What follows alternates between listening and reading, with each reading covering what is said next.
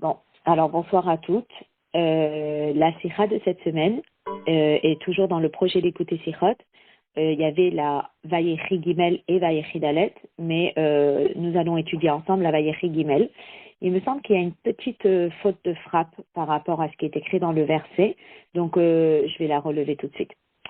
Alors, c'est une sikha qui nous permet de nous concentrer un petit peu sur les brachot que Yaakov donne à ses enfants avant de quitter ce monde.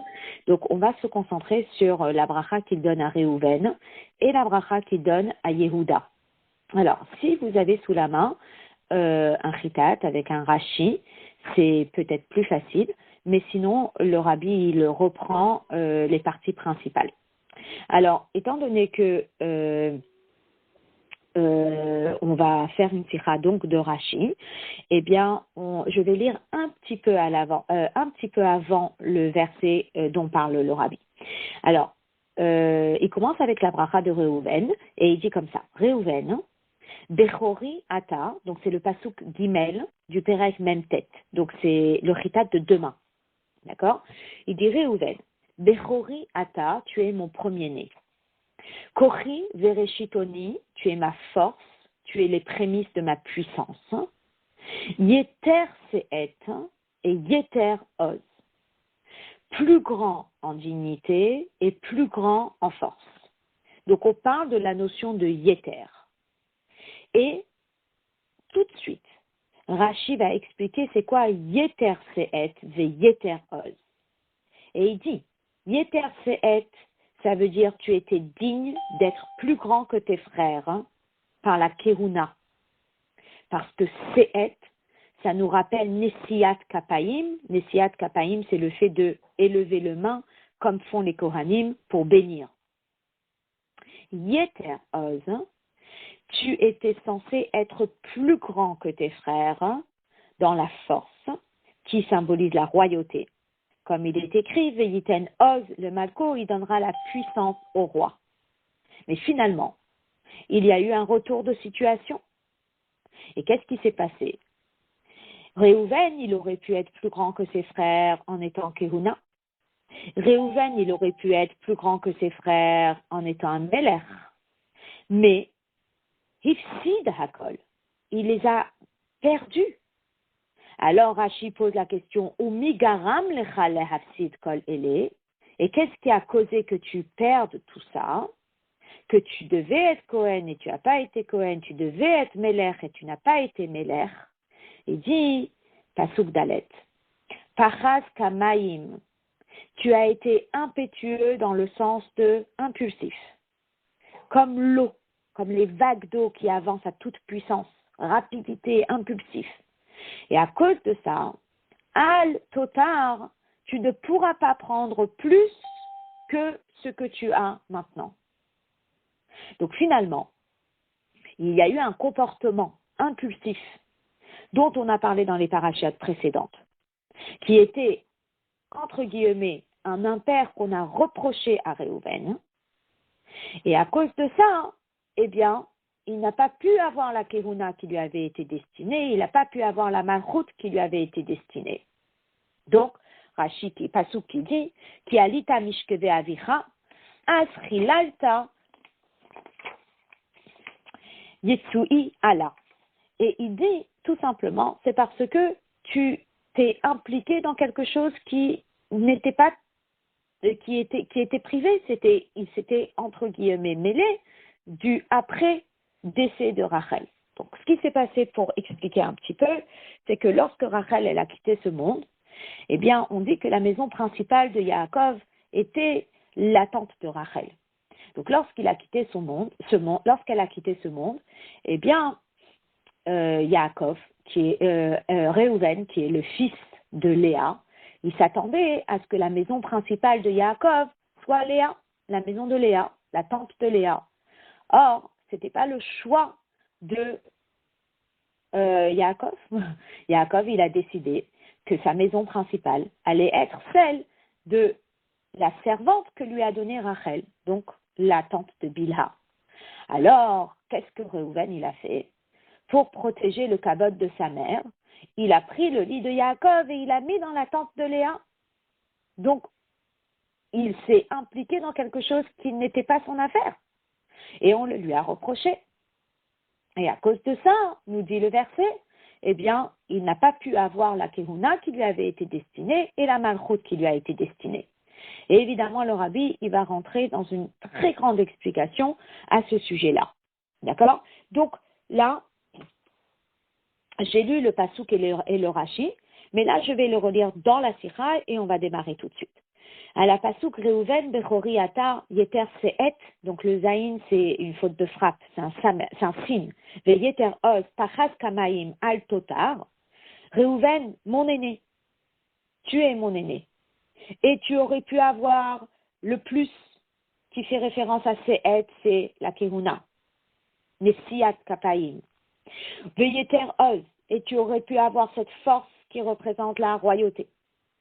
Pachas Kamaim al Totar, mais parce que tu étais très rapide, très impulsif comme cette eau, alors tu ne peux pas bénéficier de ces bonus. Et Rashi l'explique. Raoui ayita liot yeter alachicha bikehuna le shanesiud kapaim bemalchut ou mi garam lecha lehafsid kolele pachas kamaim.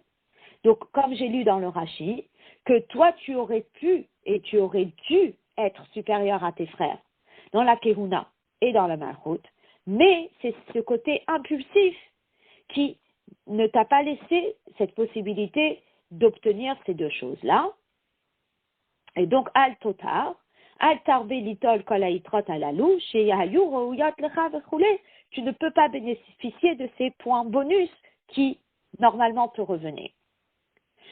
Maintenant, ce qui est intéressant, c'est que selon le Passouk et selon le Rashi, eh bien, il y a 2 points bonus qu'il aurait pu avoir et qu'il n'a pas eu parce qu'il a été trop impulsif lorsqu'il a voulu se mêler de la vie privée de Yaakov. Le Targum, quant à lui, Nitparesh à Passouk, le verset est expliqué un petit peu différemment. Et comment est-ce que le Targum, si vous avez le Targum à côté de vous, si vous regardez le Targum, il dit comme ça. Il dit Hava chazé le mesav telata chulakin becheruta kehunta ou malchuta. Traduction. Haïnu, c'est-à-dire chez Reuven, haya raoui le kabel shalosh chalakim. Reuven, selon le Targum, il était destiné à recevoir 3 choses. Non pas 2, mais 3. Et à quoi fait-il référence? Bechora, Kehuna ou Malchut. Le fait d'être premier-né, donc bénéficier de sa place de premier-né. Kehuna, le fait d'être un Kohen, ou Malchut, et le fait d'être un roi. Velo nitnulo, et on ne le lui a pas donné. Et donc le Rabbi relève qu'il y a une différence entre Rashi et le Targum. Selon Rashi, Reuven devait avoir 2 choses en plus, Kehuna et Malchut, et il ne les a pas méritées. Et selon le Targum, il rajoute Bechora. Tzarich lehavin, alors on a une question. Kevan shehakatuv maskir gam et ma'alat ha-Bechora. Puisque le verset commence en parlant du fait que Reuven c'est le Bechor. Mipne ma nakat Rashi she'al totar kai rak al yeter se'ed ve yeter oz, kehuna ou malchut. Velo al inyan Reuven bechori ata vegomer ha'amur behatralat hakatuv. Comment se fait-il que Rashi ne relève que 2 points desquels Reuven ne pourra plus bénéficier à cause de son, entre guillemets, erreur, hein, et il ne parle pas du tout de Bechora, de cette place de premier-né, qui est quand même écrit dans le verset, mais Rashi n'en parle pas. Il ne dit pas, tu vois, Reuven, il est Bechor, mais il va perdre sa place de premier-né. Rashi ne parle pas du tout de ça. Alors le Rabbi se pose la question et il dit, comment ça se fait que Rashi ne parle pas de ça? Aderaba, au contraire. Bechori ata, ou ata am shayara ouy, le kehuna ou le malchut. Certainement, la raison pour laquelle, à la base, il méritait d'être le Kohen, et à la base, il méritait d'être le Melech, le roi, c'est parce qu'il était le Bechor, c'est parce qu'il était l'aîné. Et là, on ne parle pas du fait qu'il va perdre une partie de son droit d'aînesse. Alors, ça intrigue le rabbi. Comment ça se fait que Rashi ne parle pas du tout de ce droit d'aînesse qu'il va perdre? Alors, vous allez dire peut-être que selon Rashi, il ne va pas perdre son droit d'aînesse. Peut-être que selon Rashi, il va perdre cette place de Kohen, il va perdre cette place de roi, de Melech, mais il va peut-être pas perdre cette place d'aînesse, de droit d'aînesse. ואין לומר שרש"י סבר שעל פי פשוטו של מקרא לא נתלה הבכורה מראובן. On ne doit pas dire que selon Rashi, il n'a jamais eu de place de droit d'aînesse. J'arrête Mikra Malé, Diber Akatouf de Divrei Hayamim. Parce que dans le Divrei Hayamim, eh bien, il est écrit explicitement Ou Beni Reuven, Bechor Israël, mon fils Reuven, qui est l'aîné d'Israël, ou Bechilelo Yotsue Aviv, et parce qu'il s'est impliqué dans la vie privée de Reuven, de son père, Nitna Bechorato Livni Yosef. Alors, son droit d'aînesse, il est passé à Yosef. Et comment est-ce que son droit d'aînesse s'est passé à Yosef? C'est que, à la place que Yosef, il ait une place parmi les 12 tribus, il a une double place dans les 12 tribus. Donc, à la place qu'on dise Reuven, Shimon, Lévi, Yehuda, Issachar, Zevulun, Gad, Asher, Dan, Naphtali, Yosef et Binyamin, Yosef, il est dédoublé, il y a Ephraïm et Ménaché. Cette double place qu'il a dans les 12 tribus, eh bien, c'est la Bechora qu'il a prise de qui? De Reuven. Donc, dans le verset, c'est dit explicitement qu'il a perdu sa place de droit d'aînesse. Yetera Mizo et plus encore. Les Eil, juste un peu plus haut. Besamour, Piresh Rashi Atzmo, Rashi lui-même parle du fait que Yaakov, il a dit à Yosef, Shechem Echad, que toi, Yosef, tu vas avoir, entre guillemets, c'est une façon de parler, une épaule en plus que tes frères. Et à quoi ça fait référence? Hu Abechora, c'est le droit d'aînesse. Chez Yitlou, Banav, chez Yosef, Shnei Halakim, que les enfants de Yosef, ils vont avoir une double part. Ou les Eil Miné, et plus haut encore, dans la paracha de Vayishlach, Rashi, il rentre dans les détails. Et il dit, Bechor Yaakov, Reuven, il va rester l'aîné de Yaakov. Bechor le Nachala, il va rester l'aîné dans l'héritage. Double part. Bechor la Avoda, il va rester l'aîné dans le service. Bechor le Minyan, il va rester l'aîné dans le compte. Quand on va le compter, on va compter les 12 tribus, on va compter Reuven en premier. Velo nitna Bechora le Yosef, et là le Inyan Hashvatim, shenaase lishne shvatim. Et le seul moment où il a perdu un peu de son droit d'aînesse, c'est lorsque il est mentionné dans les 12 tribus. Il n'a qu'une place dans les 12 tribus, alors que Yosef, il a une double place dans les 12 tribus. Il y a Ephraïm et Ménaché. Dehaïnu shea Bechora, les Inyan Hashvatim, nitla mereuven, ba'avur vayishkav vegomer, venitna le Yosef. Il a été retiré de Reuven à cause de cet incident qui s'est produit avec le micmac qui s'est passé dans les tentes. Venitna le Yosef, et on l'a donné à Yosef. Donc finalement, ce que le rabbi relève dans cette première partie de la Sikha, c'est que en regardant la place de Reuven, on voit qu'il est appelé Bechor, il est appelé aîné. On voit qu'il a eu un bonus Sehet qui fait référence à Kohen, Nesiat Kapayim. Il a un bonus qui est Malchut, qui est allusionné dans le mot Oz, qui est la force, la puissance. Et Yaakov qui lui rappelle, mais sache que tu as perdu deux choses.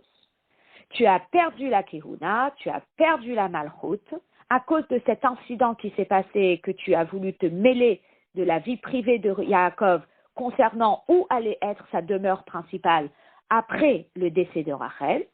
Tu as peut-être voulu bien faire, mais c'était se mêler de ce qui ne t'appartenait pas. Et finalement, tu as perdu deux choses à cause de ça. Mais, alors que le Targum, il dit qu'il a aussi perdu le droit d'aînesse, Rashi ne parle pas de ça. Alors, les Chora, a priori, Haya Efshar Lomar, on aurait pu peut-être dire que la raison pour laquelle Rashi ne parle pas de ça, c'est parce que Rashi, il est un commentaire qui va parler du pshat. Et dans le pshat, qu'est-ce qu'il est écrit? Il est écrit Al Totar. Tu ne pourras pas bénéficier de ces bonus. Et donc, les bonus sont référencés dans le pasuk juste avant, Yeter Se'et ve Yeter Oz. Donc, Mouchar, chez Kavanat Akatuv le Ma'et Rak et Amaalot shel Gabehen Amura Alashon Yeterot Halalou, que lorsque le verset il dit Al Totar, tu ne pourras pas bénéficier de ces bonus, alors il fait référence aux choses qui sont des bonus. Yeter Se'et ve Yeter Oz. Yeter Se'et faisant référence à la Kehuna, et Yeter Oz qui fait référence à Malchut. Ma chez Enken, Ma'alat Abechora, chez l'Oniskar Etzla, le Shon Yeter. Étant donné que pour la place de premier-né, le verset ne parle pas de Yeter, c'était pas une place bonus. Et Nanichleled Bemiyut al Totar, dans ce verset-là, eh bien, on ne voit pas qu'on le lui a retiré.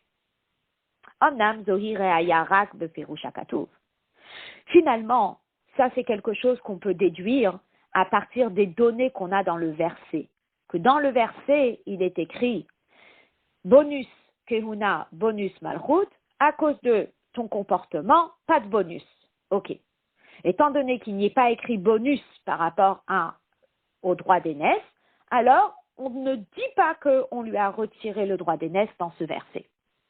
Donc, effectivement, en regardant les mots du verset, le droit d'aînesse n'est pas mêlé ici. Mais peut-être que en regardant les mots du verset, tout est clair. Mais par contre, on ne comprend pas.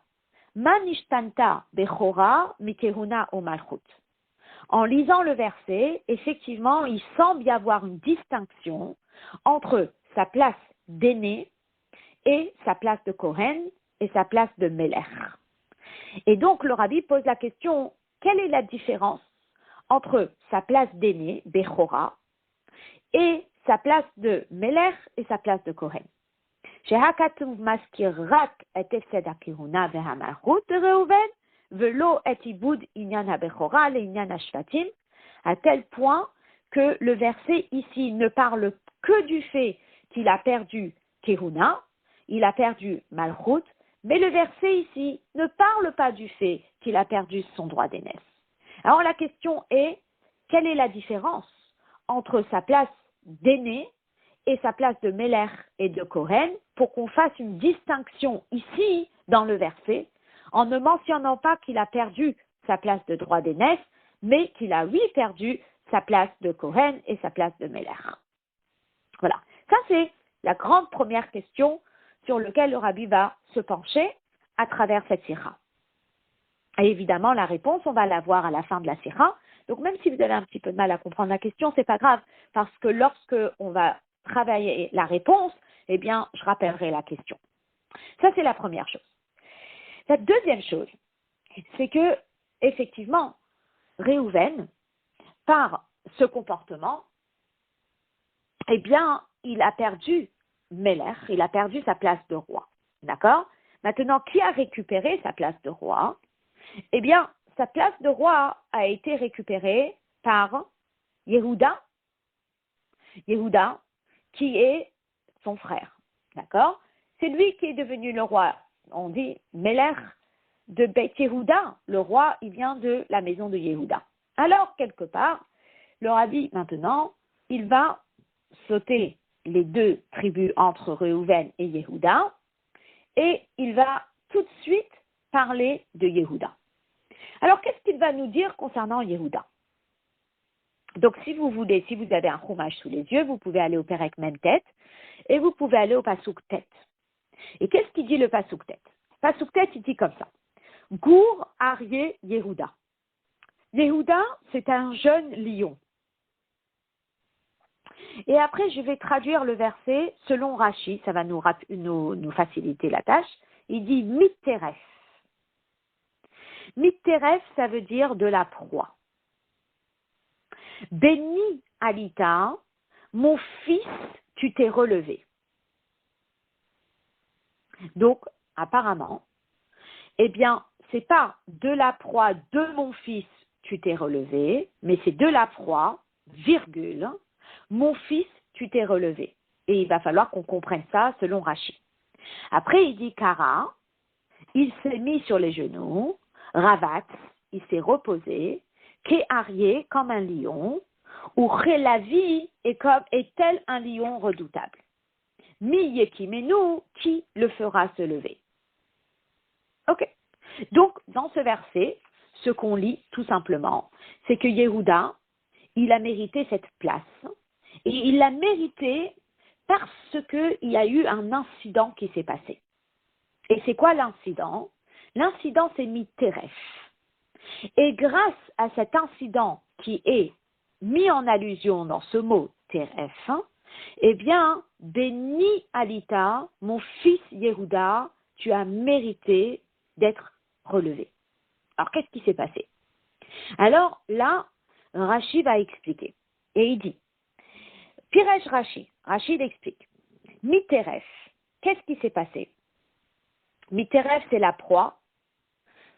Dans ma tête, il n'y a pas beaucoup de versets qui parlent de cette notion de teref, mais étant donné qu'on vient de le lire il y a quelque temps, eh bien, ça nous rappelle l'histoire avec Yosef.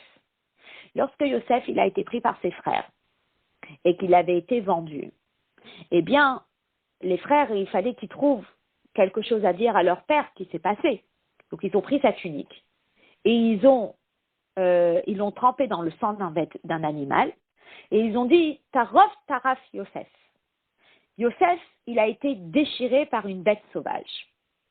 Alors, lorsque les frères y sont arrivés et ils ont dit « Il a été déchiré par une bête sauvage », eh bien, la bête sauvage, ça aurait pu être, selon le pshat, une bête sauvage. Et, selon une explication plus profonde, ça aurait pu être l'enfant qui est comparé à un animal très important. Et donc, regardez ça.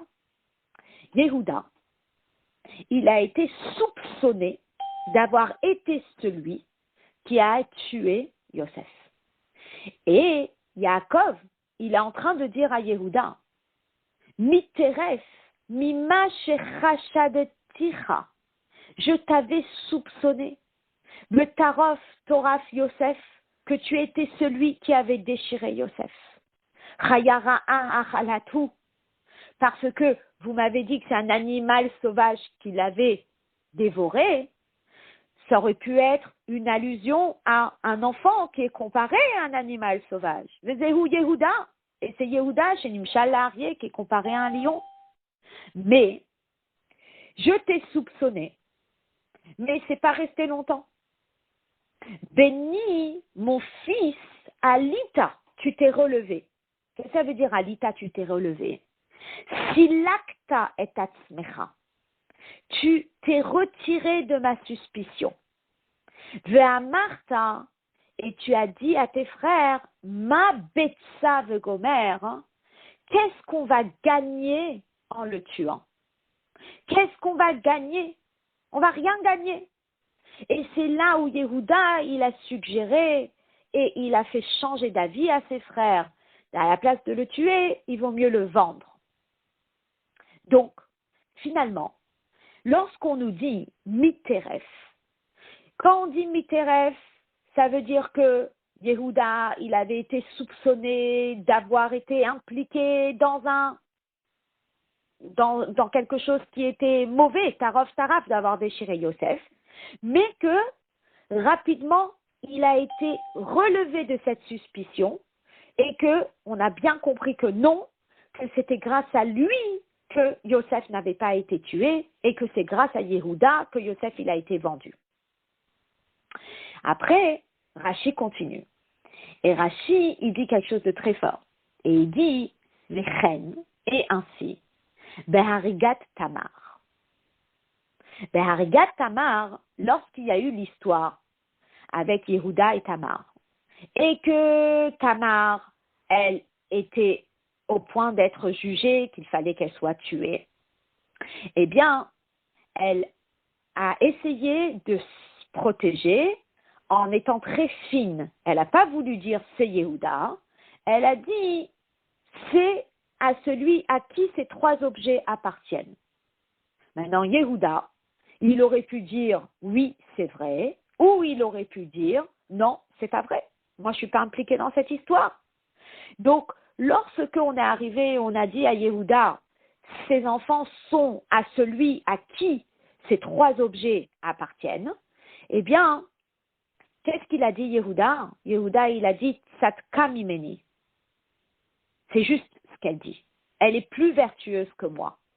Donc finalement, par le fait que Yehuda, il a dit elle est plus vertueuse que moi, eh bien, il a sauvé Tamar de quoi?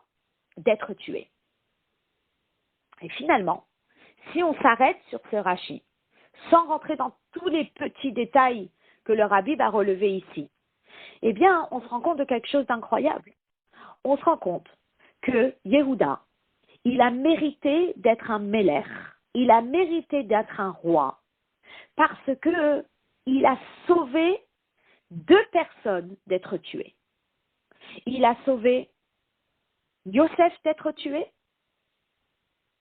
et il a sauvé Tamar d'être tuée. Alors, c'est intéressant, mais le Rabbi relève qu'il y a zéro allusion à l'histoire de Tamar ici. Parce que lorsqu'on lit le verset, il y a oui une allusion à l'histoire de Yosef. Parce que le terme employé, c'est teref. Teref, c'est déchiré. Et l'enfant qui a étudié la Torah depuis Bereshit, c'est rare qu'il ait vu ce mot. Lorsqu'il voit teref déchiré, il pense à Tarof, Toraf, Yosef, que Yosef il a été déchiré, etc. Donc, on peut voir une allusion ici à l'histoire de Yosef, que grâce à Yehuda et grâce à son intervention, Yosef il a été épargné d'une mort sûre. Par contre, dans le verset, on ne voit pas une allusion à Tamar. Et comment se fait-il que Rashi, il rapporte l'histoire de Tamar en disant que Yehuda, il a aussi sauvé Tamar d'être tuée en avouant la vérité que les enfants qu'elle portait étaient les siens. Comment se fait-il que Rashi le rapporte ici? Alors, le Rabbi, il rentre dans énormément de petits détails concernant ce Rashi-là. Étant donné que la sikha est très longue et que j'aime bien le limiter à 1 heure, un petit peu plus, mais pas beaucoup plus, alors on va plutôt passer directement à l'explication dans cette histoire de Reuven et cette histoire de Yehuda. Donc, si vous voulez bien, on va aller directement à la page 3, qui est en haut, la page 441, et on va aller directement au Hot He. Alors, est-ce que c'est bon? D'abord, est-ce que tout le monde m'entend?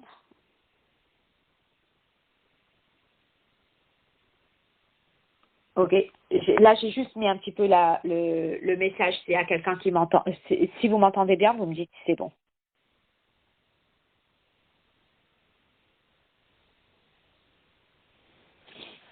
Ok, pas. Alors, on y va. Alors, on est au Hot He, et là, le Rabbi va rentrer dans le vif du sujet. D'accord? Donc, même si jusque-là, il y avait des petites choses peut-être qui n'étaient peut-être pas très claires, ne vous inquiétez pas, à partir de là, on commence à développer le sujet et au fur et à mesure on répond aux questions, je reprends la question pour expliquer qu'est-ce qu'on est en train d'expliquer là. Alors déjà, avant de répondre aux questions qu'on a eues concernant la distinction entre le droit d'aînesse de Reuven qui était partiellement perdu et les deux autres choses qu'il a perdues, qui est la royauté et qui est la kehuna, d'accord? Et que dans le verset, on ne mentionne pas qu'il a perdu le droit d'aînesse. Et l'histoire de Yehuda qui parle de Tamar, pourquoi est-ce qu'on parle de Tamar ici? Où est-ce qu'on a une allusion à Tamar ici? Eh bien déjà, le Rabbi, il veut introduire un petit peu ce sujet. Yuvan ba'adim tmiha klalit be'inyan. Yitron amalchut chez Nital Mereuven, Nitan le Yehuda. Déjà, ce bonus royauté qui a été retiré à Reuven, il a été donné à Yehuda. Kedirtiv Bedivrei Hayamim, comme c'est mentionné dans Divrei Hayamim, qui Yehuda Gavar Be'achiv, ou le Nagid Mimenu, que Yehuda, eh bien, il a été plus fort que ses frères, et il était un Nagid, comme un maître sur eux. Un guide, un mentor. Vezohi Kavanat Yaakov Bebirkato. Et c'est à ça que faisait allusion Yaakov dans sa bracha, Gour Aryeh Yehuda. Ou que de Piresh Rashi, tel que Rashi l'explique, Dekai Alinyan Amalchut Shenitan Lo, ça fait référence à la royauté qui lui a été donnée, David, Shlomo, etc. Ve'ata'am Shenitan le Yehuda, Amur Bebracha Gufa. Et la raison pour laquelle Yehuda, il a mérité d'être un roi, eh bien, est dit explicitement dans le verset, en 3 mots.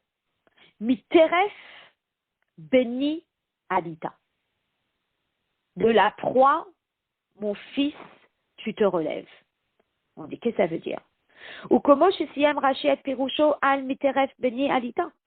Et c'est comme ça que Rashi il explique dans son explication.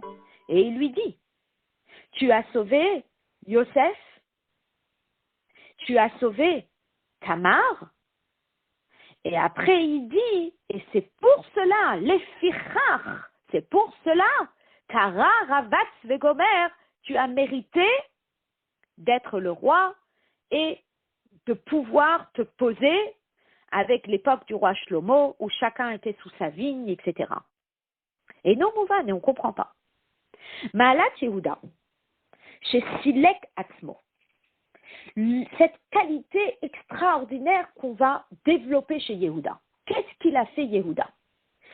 Quel est l'éloge que son père fait à Yehuda?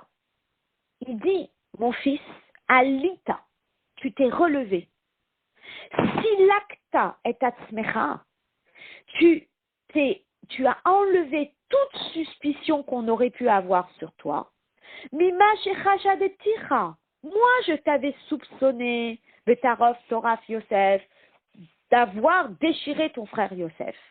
Lorsque les frères ils ont dit Chaya Ra'a Chalatou, il y a une bête qui l'a déchiré, je pensais que c'était toi. Bechar Sheamar, et toi, non. Au contraire, qu'est-ce que tu as dit à tes frères? Tu as dit à tes frères, Ma Betsa, qu'est-ce qu'on va gagner en tuant Yosef? Laissons-le en vie. Alors, vous allez dire, waouh, Yehuda, il est exceptionnel.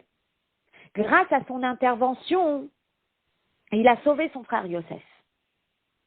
Mais si vous vous rappelez de l'histoire, telle que ça s'est passé avec les frères, eh bien, en regardant les versets, vous vous dites, mais attends, Yehuda n'était pas le seul à vouloir sauver Yosef.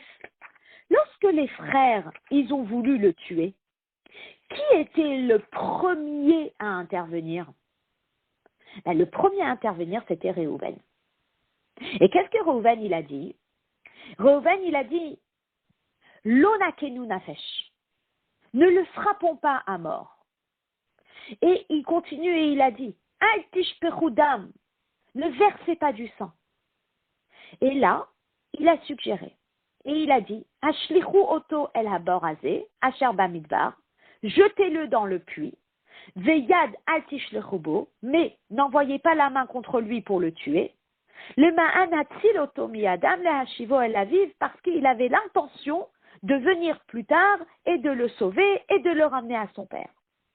Alors finalement, une histoire incroyable, c'est que on a une histoire que Yaakov relève d'un Yosef qui doit être mis à mort par ses frères, et on a Yehuda qui prend sa défense, et on a Réhouven qui prend sa défense.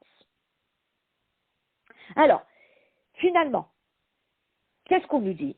Que Réhouven il prend sa défense en disant L'onakenu nafesh, on ne va pas le tuer. Alors, ça c'est une chose. Donc la première chose, c'est que les deux, ils ont voulu prendre la défense de de Yosef. Réhouven, il a voulu prendre la défense de Yosef, et Yehuda, il a voulu prendre la défense de Yosef. Ok. Après, on a une histoire. Quelle est l'histoire? On a une histoire de Yehuda avec Tamar, et on a une histoire de Réhouven avec Bilha. Donc, analysons ces deux histoires.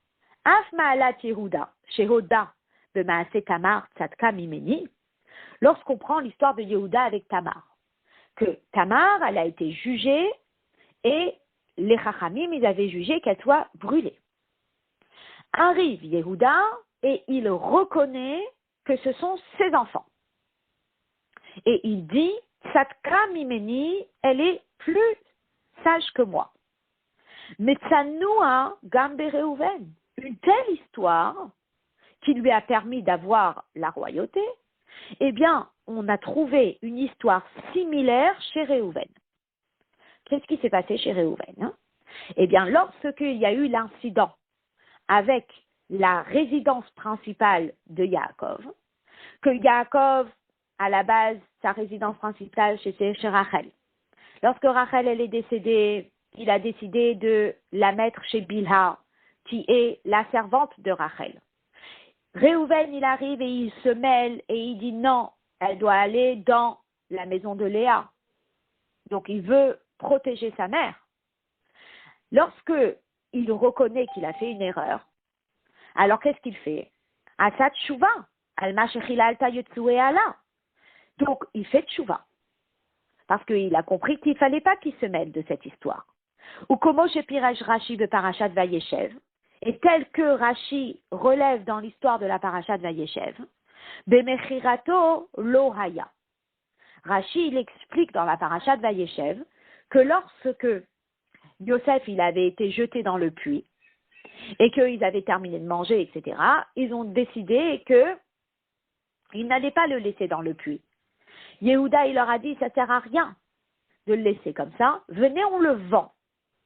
Alors on dit, où était Réhouven lors de la vente? Et on dit, Asukaya besako uvetanito ashe bilbel yetsue aviv. Il était occupé à faire teshuva parce que il s'était impliqué dans la vie privée de Yaakov, et donc il était occupé à faire teshuva. Et le rabbi va nous expliquer, il va nous dire, mais imagine que cette histoire de Yaakov avec la tente dans laquelle serait sa résidence principale, elle s'est passée 9 ans plus tôt. Et il était encore en train de faire teshuva sur cette histoire. Et tellement qu'il était occupé à faire teshuva dans cette histoire, eh bien, il n'était pas là lors de la vente. Donc on voit que quoi? On voit que il y a notre Réhouven et notre Yehuda qui sont impliqués dans des histoires similaires. Et que finalement, c'est pas Réhouven qui va mériter la royauté, mais c'est Yehuda qui va mériter la royauté. Et le rabbi, il va décortiquer ces histoires. Et il va nous montrer que c'est pas seulement que les deux, ils avaient des attitudes comme il fallait, mais plus encore, Réhouven semble avoir une attitude supérieure à celle de Yehuda. Et comment se fait-il que la royauté lui a été retirée, elle a été donnée à Yehuda, qui semble avoir une attitude un peu inférieure? Alors le rabbi va expliquer. Il y va. Il dit, Ma chez Yehuda hitzil et Yosef mimita, harelo aya bekavana lehashivo el aviv, et là kede le machro l'ishmaelim. Alors, si on prend cette histoire et on dit, ok, qu'est-ce qui s'est passé avec Yosef? Réhouven, il a voulu sauver Yosef. Yehuda, il a voulu sauver Yosef. Lorsque Réhouven, il a voulu sauver Yosef et qu'il a dit à ses frères de ne pas le tuer, il avait l'intention de revenir plus tard et de le ramener à son père. Lorsque Yehuda, il a voulu sauver Yosef, eh bien, l'intention n'était pas obligatoirement de le ramener à son père. L'intention était de se faire un peu d'argent. Tel qu'il a dit à ses frères, qu'est-ce qu'on va gagner financièrement en le tuant? Venez, on le vend. Au Bifrat. Chez Haya Bekocho le Hashivo el Yaakov, il avait la capacité de le ramener à Yaakov. Comme chez Tien Rashi, chez Amroulo Ashvatim, Ilo Amarta le Hashivo, Yinu Shomim Lecha. Tel que Rashi, plus tard dans l'histoire de Yehuda et Tamar, on nous dit que Yehuda, il avait été rabaissé de niveau aux yeux de ses frères, parce que ses frères, ils lui ont dit, si tu nous avais dit de le ramener à papa, on l'aurait ramené à papa. Ça veut dire que Yehuda, il avait quand même une certaine personnalité aux yeux de ses frères, que s'il avait convaincu ses frères de le ramener à leur père, il l'aurait ramené à leur père. Or, il n'a pas dit « venez, on ramène Yosef à papa », il a dit « venez, on le vend et on se fait un peu d'argent ». Chez Amirato, ma betza vegomer, oraata ma mamon roulé. Que lorsqu'il a dit qu'est-ce qu'on va gagner en le tuant, il parlait vraiment d'argent. Dehainu she'akaam shemana et arigat Yosef. Hayam ipne shelo hayu marvichim davar mikach. Va'ken amar lechu venimkeru leyeshmeelim venarviach mamon. Donc il y a deux choses. Numéro un, c'est que Yehuda, il avait entièrement la capacité de convaincre ses frères de ramener Yosef à ses frères. Mais il ne l'a pas fait. Deuxièmement, lorsqu'il a vendu, est-ce que c'était réellement avec une intention si positive que ça? Selon le verset, l'intention était de gagner un peu d'argent en le vendant. Maintenant, regardons l'attitude de Réhouven. Machéen ken Réhouven. Bikesh lehashivo el Yaakov. Réhouven, il a demandé et il cherchait à le ramener à Yaakov. Comme il est écrit explicitement dans le verset, le mahanat siloto miyadam lehashivo el aviv. Il leur a dit ponctuellement de le mettre dans le puits et il avait l'intention de revenir le chercher pour le ramener à son père. Donc l'intention de Réhouven, de base, elle était plus élevée que l'intention de Yehuda. Et malgré cela, on voit que celui qui a mérité la royauté, c'était Yehuda et pas Réhouven. Ça, c'était dans l'histoire avec Yosef. Maintenant, on va regarder l'histoire de Yehuda avec Tamar et Réhouven avec Bilha. Alors, qu'est-ce qui s'est passé Yehuda avec Tamar? Donc, il y a eu l'histoire de Yehuda avec Tamar et on revient pour lui dire, tu sais, Tamar, il s'avère qu'elle attend un enfant. Elle était normalement destinée à Sheila et donc, elle est passible de mort. Alors, Yehuda, maintenant, il va admettre que ce sont ses enfants. Donc, Behodaat Yehuda al-Maaseh Tamar, lorsque Yehuda, il reconnaît que c'est lui le père de ses enfants, Matinu rak she'amar pa'am achat tzadka mimeni. On ne voit pas qu'il s'étale sur cette histoire, on ne voit pas qu'il répète pendant des années qu'il y a eu quelque chose qui s'est passé, etc., etc. Une seule fois, il dit « Tzadka mimeni » elle a raison. Ve'ikar, il malé aya modé, are aya gorem leharigat tamar ve'aovarim shebemeha, ou mouvan she'aya mukhrach lehodot. Et on sait très bien que là, dans l'histoire de Yehuda et Tamar, il avait quelque part tout intérêt à dire la vérité parce qu'il y avait trois vies en jeu. Il y avait la vie de Tamar en jeu et il y avait la vie des jumeaux en jeu. Donc, il a admis la vérité très rapidement et quelque part, c'était tellement flagrant, il n'allait quand même pas laisser trois personnes mourir. Machéen Ken, Gabé Réhouven. Lorsqu'on regarde l'histoire de Réhouven avec Bilha, Hatshuva aita beofen kaze, shekama vekama shanim achareze, adayin himshir beasiyat hatshuva. On voit dans l'histoire de Réhouven, il n'a rien fait de dramatique, Réhouven. Ok, il a voulu bien faire. Il y avait la résidence principale de son père qui était dans un endroit, il pensait que c'était mieux dans un autre endroit. Ok, il s'est trompé. Mais il s'est étalé sur cette tchouva. Et la tchouva, elle a duré, et elle a duré, et elle a duré, et elle a duré.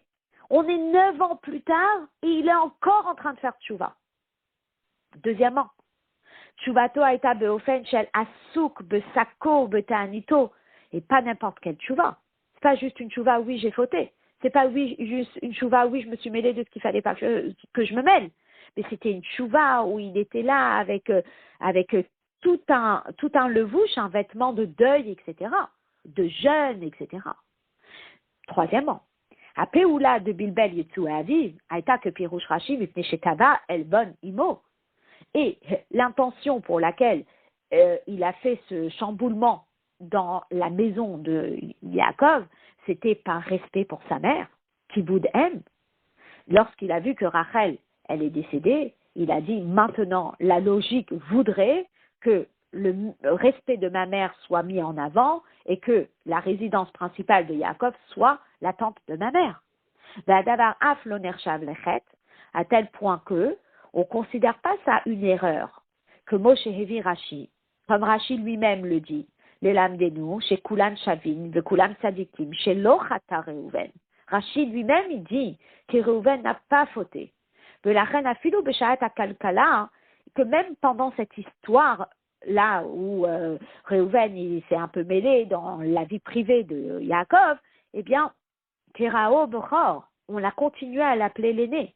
Ve'afal piken, et malgré cela, pour la petite faille qu'il a faite, de s'être mêlé de ce qu'il ne fallait pas, Hirba Reuven Betshuva, on voit que Reuven, il a fait tchouva, il a fait tchouva, il a fait tchouva, il a fait tchouva, il a fait tchouva. Alors, qu'est-ce qu'on peut constater? On peut constater qu'on a deux histoires très similaires. Une avec Yosef. L'attitude de Reuven et l'attitude de Yehuda sont quand même assez différentes. Les deux, ils ont voulu sauver Yosef. Les deux avec des intentions un peu différentes. Et on voit que les intentions de Reuven semblent être un peu plus clean que les intentions de Yehuda. Ensuite, on voit une histoire où, encore une fois, on a des scénarios qui se ressemblent. On a l'histoire de Reuven avec Bilha et on a l'histoire de Yehuda avec Tamar. On voit comment Reuven, il a pris à cœur cette histoire de Bilha. Et malgré cela, Al Pizet Amoura Beyoter, on a une question. איך ייתכן שעניין מטרף בני עליתה, הוא טעם לכך שיהא יהודה ראוי למלכות יותר מראובן? Comment peut-on expliquer que l'attitude de Yehuda face à Yosef et l'attitude de Yehuda face à Tamar soient les clés déclencheurs de cette récompense de devenir un Melech, de devenir le roi, et à cause de comportement de Reuven dans des histoires similaires, il a perdu la royauté. Alors c'est incroyable que une histoire qui a fait gagner la royauté à un, eh bien, a fait perdre la royauté à l'autre. Alors qu'est-ce qui s'est passé? Alors la réponse, elle est très simple. Et la réponse, elle est à nouveau dans les mots du verset. Qu'est-ce que Yaakov, il explique à Reuven? Il explique à Reuven pourquoi il a perdu cette royauté. Et il lui dit deux mots. Il lui dit « Paraz kamayim ». Tu as été trop rapide dans ta réaction. À cause de ça, al totar, tu ne peux pas bénéficier de ces bonus. Ou pirej Rashi. Rashi, il explique. Ou mi garam lecha lahafsid kol ele. Qu'est-ce qui a causé que tu perds tout cela? Paraz kamayim. Haparaz vehabehala asher miharta leharot kaasra. Tu as été trop nerveux, trop rapide, trop impulsif. Lechach al totar. Et à cause de cela, tu ne pourras pas bénéficier de ces points bonus. Al tarbe litol kol eiterot alalou. Tu ne pourras pas avoir ces points en plus. Ou maou apachaz asher pachasta. Et qu'est-ce que tu as fait?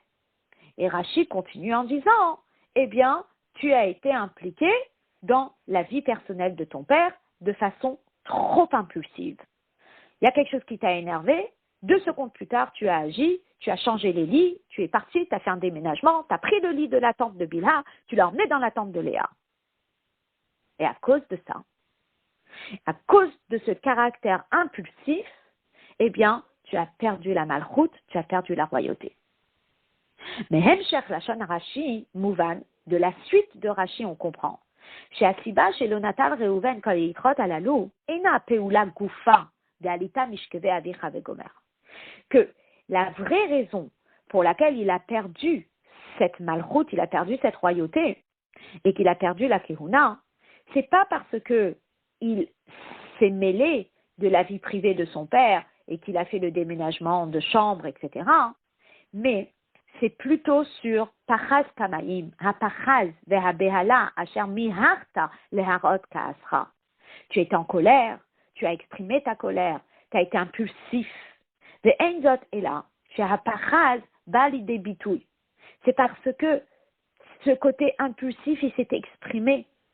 Et donc, ça, c'est ce qui a fait en sorte que tu ne puisses pas être Kohen et tu ne puisses pas être Melech. Vehainu, shemisé chez Yaakov Makdim ou Madgish et Achisaron de Pachat Kamaim, mipnei atzmo. La Madrashi chez Beinyan Bilbel Yetsoué Aviv Yeshnam Bet Pratim. Que finalement, dans l'histoire où Réhouven, il était impliqué dans la vie privée de son père, il y a deux détails. Il y a le détail à Bilboul Goufa, le déménagement en soi. Il a fait quelque chose qu'on ne lui avait pas demandé de faire. Il s'est mêlé de la vie privée de son père qu'il ne devait pas faire. Ça, c'est une chose. Deuxièmement, il y a l'aspect, quelle est la façon qu'il a fait. Donc, comme on dit, il y a le fond et il y a la forme. La forme, elle était trop impulsive. Et donc, sur ces deux détails, il a été puni de façon différente. Parce qu'il s'est mêlé de la vie privée de son père, alors on lui a retiré le droit d'aînesse. Mais attention, on ne lui a pas retiré tout le droit d'aînesse. Il est resté aîné pour beaucoup de choses. Il y a un détail où il n'est pas resté aîné, c'est par rapport à ses shvatim, par rapport à ses frères. Reuven, Shimon, Levi, Yehuda, Issachar, Zevulun, Dan, Asher, Gad, Asher, Dan, Naphtali. Yosef, il a reçu double part, mais les autres frères, ils ont reçu qu'une part. Donc là, il a perdu. Comme chez Katou, Bedivra Yamim, ou Bechilelo, Yetsoué Aviv, Nitna Bechorato, Bechule. Comme chez Kvartien Rashi, comme Rashi l'avait déjà précisé dans la paracha de Vayishlach. Ça, c'était une chose. Donc, le fait qu'il se soit mêlé de la vie privée de son père, il a perdu la Bechora, il a perdu le droit d'aînesse, mais il l'a perdu que partiellement. Par contre, le fait la forme, elle était trop impulsive, sa colère, elle a rugi d'une façon trop rapide,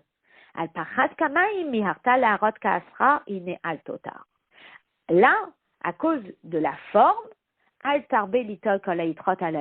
il n'a pas pu mériter la Kehuna et il n'a pas pu mériter la Malchut. Et donc, au début de la Sira, le Rabbi se demandait comment se fait-il que Rashi ne mentionne que deux choses sur les trois. Et en réalité, effectivement, le Rabbi il a relevé qu'il y avait une distinction qui était faite entre le droit d'aînesse et la Kehuna et la Malchut. Et effectivement, c'est ça. C'est parce que la Kehuna et la Malchut lui ont été enlevées pour la forme et le droit d'aînesse, il lui a été retiré pour le fond. Et le Rabbi va expliquer pourquoi est-ce que Réhouven, il a perdu la royauté. Pourquoi est-ce que Réhouven, il a perdu la Kehuna?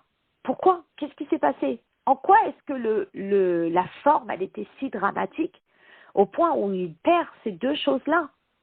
Pourquoi? Parce qu'il était nerveux, parce qu'il s'est mis en colère, parce qu'il s'est mis en colère de façon impulsive. Est-ce que c'est le fond qui compte? Est-ce que c'est la forme qui compte? Si le fond, il n'était pas si dramatique que ça, pourquoi est-ce qu'on s'attache tellement à la forme? C'est qu'une question de forme. Alors le Rabbi, il explique pourquoi. Et il dit, Achiluk ben Kehuna ou Malchut et Bechora, c'est comme ça. Amaalot de Kehuna ou Malchut baot idebitui beikar beshaychut la'achirim. Lorsqu'on dit c'est un Kohen, ou lorsqu'on dit c'est un Melech, ces deux titres-là, que ce soit le titre de Kohen ou que ce soit le titre de Melech, ce sont des titres où la personne, elle est en relation avec les autres. Bepe'ulatam imazulat. Lorsqu'on parle du roi, c'est pas le roi chez lui à la maison.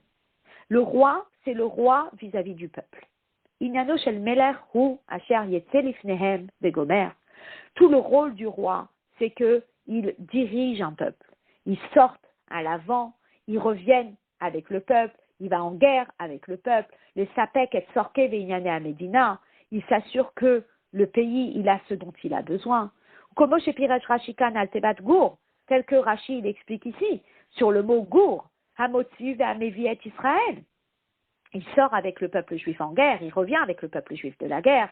Et lorsqu'il nous dit Kara Ravat, que ça y est, il peut s'installer le lion, Ishtachat Gafno, c'est lorsqu'il n'y a plus de guerre, alors enfin le roi il peut s'installer paisiblement parce que tout le peuple, eh bien, il est installé sous sa vigne, etc.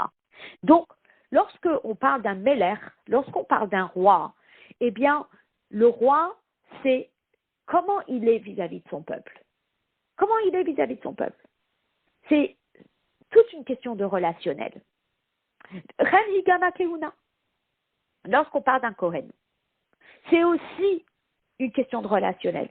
Chez Meinyanim Aikarim, qu'un des points principaux du Kohen, c'est quoi? Birkat Kohanim. Nesiyut Kapayim. C'est le fait de faire Birkat Kohanim, le Varechet Israël, bénir le peuple. Il enseigne au peuple les halachot.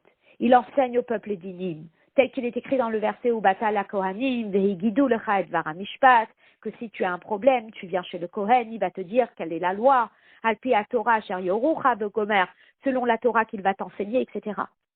Donc, lorsque on parle de Kohen et lorsqu'on parle de Meler, c'est toute une question de relationnel. C'est comme si je vous disais, je vais voir le médecin. Le médecin, c'est pas juste de me faire une prescription. Le médecin, il a tout un relationnel avec le patient. Quelqu'un qui n'a pas de feeling avec son médecin, il va peut-être pas retourner. On dit, mais le principal, c'est l'ordonnance. Certes, mais le relationnel, il est très important. Donc, le relationnel, il est important chez le Kohen. Le relationnel, il est important chez le Meler. Machéen ken bechora. Par contre, un premier-né. Himaala benoga le bechor atmo. Ça, c'est une qualité que la personne, elle a pour lui. Je suis premier-né. Une fois que le parent il quitte ce monde, je mérite une double part. Il n'y a pas de relationnel dans l'histoire. Chez Mitzad Ma'alat vechashivut ha-bechora notel pishnaim benachala, que le bechor, le premier-né, il va avoir une double part à l'héritage. Mais l'eau b'shaychut la'acher, il n'y a pas toute une question de relationnel. Ici, on reprend l'histoire de Réhouven. Qu'est-ce qui s'est passé avec Réhouven? Eh bien, Réhouven, il a fait une faille côté relationnel. Il voit une situation qui ne lui plaît pas. Il voit une situation qui lui fait mal. Et à la place de réfléchir, mais comment est-ce que l'autre va réagir si je me fâche maintenant? Comment est-ce que l'autre va réagir si je me mets hors de moi maintenant? Eh bien, il pense à lui et à à son problème, et il rugit en furie, et il s'énerve, et il fait un déménagement immédiat, et il dit c'est pas possible, on peut pas laisser ça se faire comme ça. Ma mère, non, c'est pas possible, on peut pas lui piétiner dessus. Je vais maintenant dans l'appartement de Bilha, je prends le lit de mon père et je le mets dans l'appartement de Léa. Tu penses à ton père, tu penses à la situation, il pense pour l'instant à lui et à son ressenti. Aïe, à ce moment-là, Hachem dit, Kohen, c'est pas pour toi. À ce moment-là, Meler, c'est pas pour toi.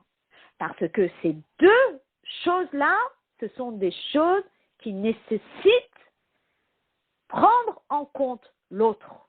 Et là, dans ta réaction face à l'histoire de Bilha et de Yaakov, tu n'as pas pris en compte l'autre. Tu as pris en compte toi, ton ressenti à toi. Et là, c'est pas OK pour être un Meler et c'est pas OK pour être un roi, un Kohen. Et donc le rabbi il explique, Zéou Aesber le bet apratimana la ignat de pachat kamaim miharta leharot kaasra, chez Tekef que chez Alab libo chez Mishkeve aviv trichim liot veoel lea, que dès que il a entendu ce qui s'est passé, il a dit non, pas possible. Il faut que mon père il ait sa résidence principale chez ma mère. Garam adavar esto lekaas, ça l'a mis en colère. Al acher, donc il était en colère contre les personnes qui ont réagi. De asazot tekafu miyad, mi harta leharot kaasra, et tout de suite il est parti, il a réagi, il a pris le lit de son père, il l'a emmené dans la tente de sa mère. Chez Bilbel, Yetsué Aviv, et donc il a perturbé la vie, il a chamboulé la vie privée de son père. Hi hanaga, chez Beni Goud, le daagat le tovatulato. Et ça, c'est un comportement qui est opposé à prendre en compte l'autre. Et c'est pour cela que la punition à ça a été mida keneged mida. Chez Nitlu mimeno kehuna ou malchut, on lui a retiré la kehuna, qui demande prendre en compte l'autre, et malchut qui demande prendre en compte l'autre. Ma she'enten etzen hakilkul de bilbul yetzue aviv moré à la taout she'aytalo b'marchato. Après, ça c'était le fond, la forme, la façon qu'il a réagi. Mais maintenant le fond, est-ce que c'était bien ce qu'il pensait, est-ce que c'était pas bien ce qu'il pensait?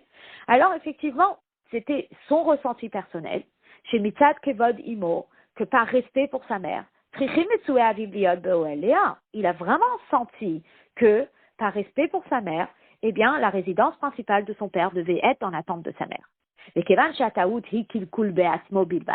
Et étant donné que l'erreur, c'était un ressenti tout à fait personnel, la reine,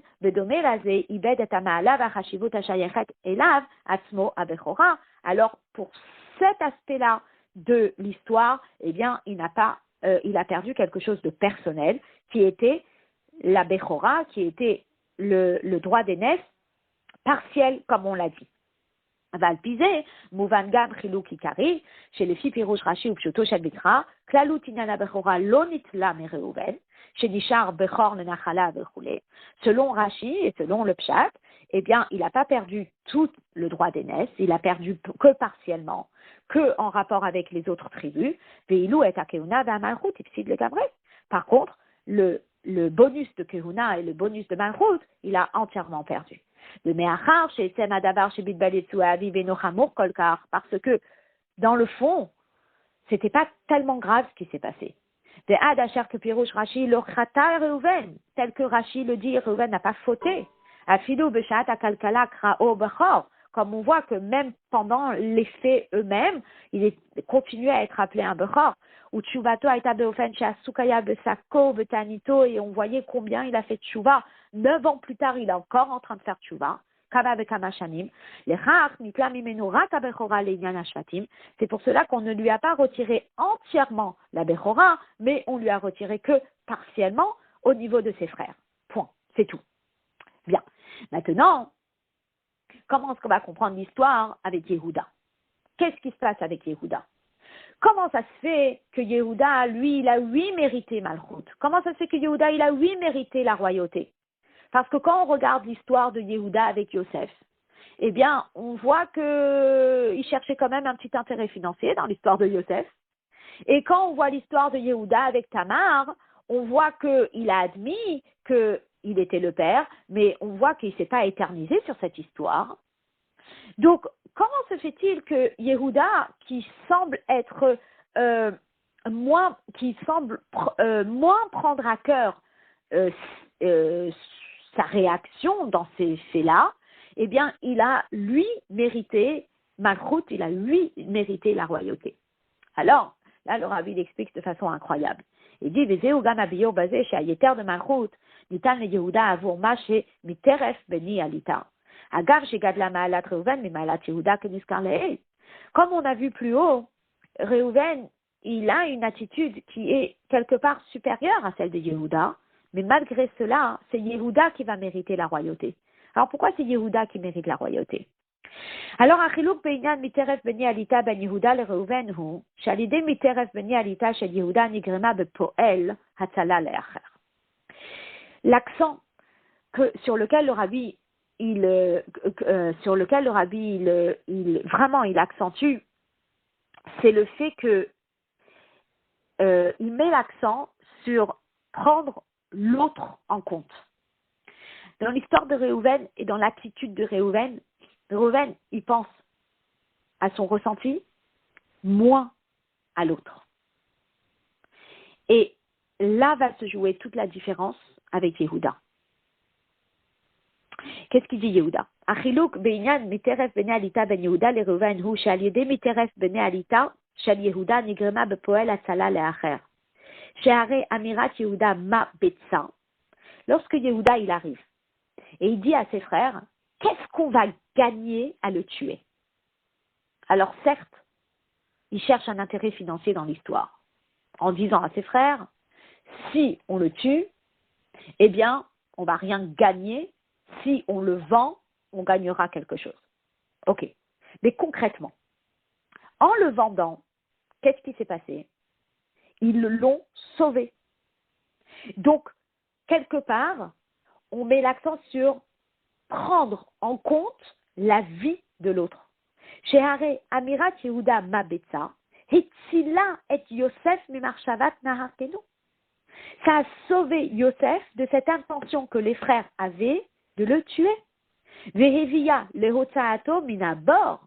Et ça a permis à ce qu'il soit sauvé du puits dans lequel il aurait pu mourir 10 fois.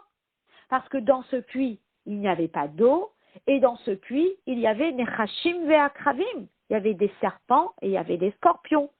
Serpent, scorpion, c'est un risque de mourir immédiat. Donc lorsque Yehuda, il a dit, sortons-le de là et vendons-le, quelque part, il lui a sauvé la vie.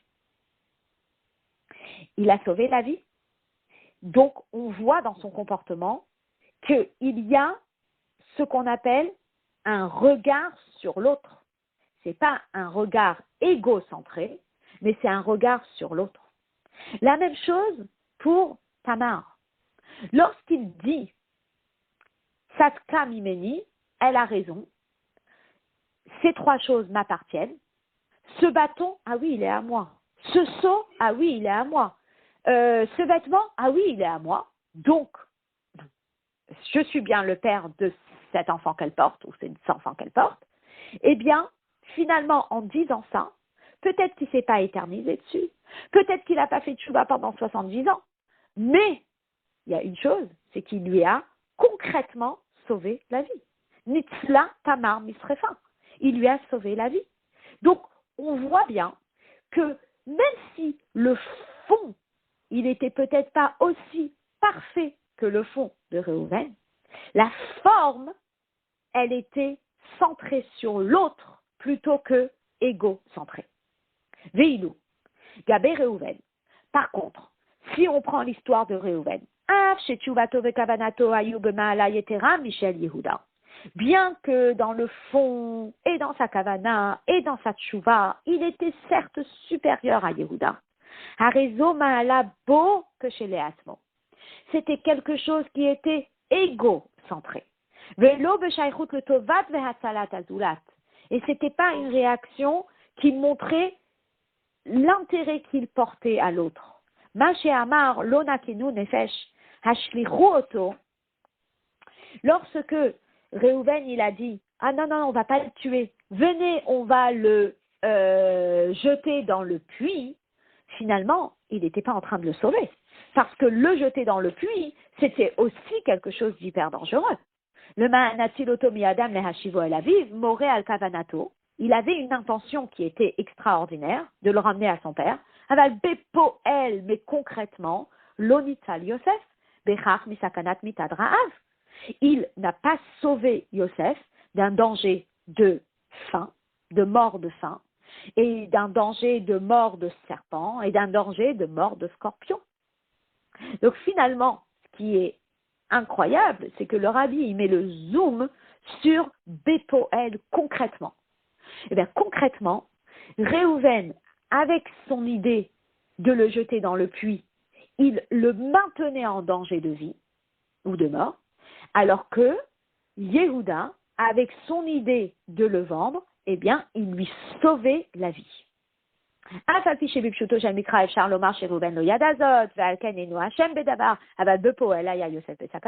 Même si on va dire que Réhouven ne savait pas qu'il y avait des scorpions et des serpents, etc., finalement, Yosef, il était en danger. Comme Okaen Malat Shuvad Réhouven, chez Asukaya Besako Betanito, Hashemibel et Aviv, lorsqu'on est en train de nous parler de Réhouven, qui était occupé à faire tchouva sur l'histoire de Bila, d'accord? Et on nous dit qu'il était en train de jeûner, qu'il était dans sa tchouva, on est dans sa tchouva 8 ans plus tard, 9 ans plus tard. Lorsque Réhouven faisait tchouva, c'était quelque chose, c'était une avoda personnelle. C'était pas une avoda où il était concentré sur l'autre. Yeter alken et plus encore, il m'allait aya Réhouven asouk Beshako betanito. Si Reuven, il était moins impliqué dans sa tchouva, Be'et mechirat Yosef, au moment où Yosef, il avait été vendu, ou là, l'aya metaches etza, ech lehatzilet Yosef. Peut-être qu'il aurait trouvé une idée comment sauver Yosef. Que Shem shekodem lachen pa'ala lechav, asher lo nakinu nefesh, ve'sof sof le'ashivo el aviv. De la même façon que juste avant, il essayait de trouver une solution pour ne pas qu'il tue son frère. Eh bien, là, s'il était moins concentré sur sa tchouva personnelle, il aurait peut-être été plus concentré sur comment mener à bien ce complot des frères, le Saf-Saf, le Hashivo El Aviv, et que finalement, il aurait peut-être réussi à convaincre ses frères de ramener Yosef chez leur père. Et c'est spécialement parce qu'il était occupé avec lui-même et avec sa tchouva, Yosef, qu'à cause de ça, eh bien, Yosef, il avait été vendu. Et peut-être que Reuven, il aurait obtenu quelque chose encore mieux que la vente de Yosef. Et c'est pour cela que c'est précisément Miteref Beni Alita de Yehuda, que c'est précisément la réaction Bepoel, concrètement, je dois sauver la vie de quelqu'un, tac, je sauve la vie. Je sauve la vie de Yosef. Bepoel, ça y est, la vie elle est sauvée. Je sauve la vie de Tamar. Bepoel, ça y est, la vie elle est sauvée. Hityatzvuto bepoel avur acher vehodaato beshaychut lehatzalat acher. Le fait de penser à l'autre et de mener à bien le projet pour l'autre, là, Hachem il a dit, ça c'est quelqu'un qui mérite la royauté. Machen ken Reuven, ce qui n'est pas le cas pour Reuven. Chez Godel Aïlou, chez Tchoubato, Himala Leatmo, Raoui li Bechora, Vichal, Avaleno, Raoui li Medocha. Donc, Reuven, qui était plutôt axé sur une avoda personnelle, ne pouvait pas mériter un rôle qui demandait axé sur l'autre.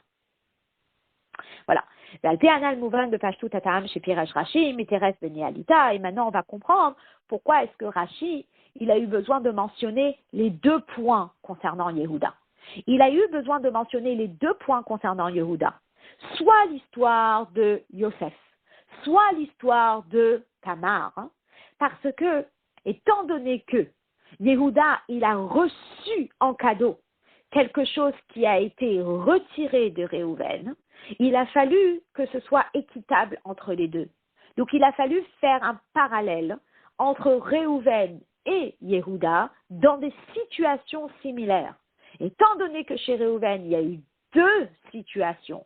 Il y a eu la situation avec la vie privée de Yaakov et la résidence principale de Yaakov. Et il y a eu la situation avec Yosef. Alors, pour Yehuda, eh bien, on a ramené deux situations similaires et on a vu comment la réaction de Reuven et la réaction de Yehuda, elles étaient opposées. Une qui était centrée sur lui-même et l'autre qui était centrée sur l'autre. Et à ce moment-là, Hachem, il a décidé que pour Malchut, il faut que ce soit quelqu'un qui est centré sur l'autre. Et pour Kehuna, il faut que ce soit quelqu'un qui est centré sur l'autre. Alors évidemment, le rabbi tire un enseignement incroyable de cette histoire. Aora, misé, on va aux têtes. Et il dit comme ça. Quel est l'enseignement qu'on peut tirer de tout ça?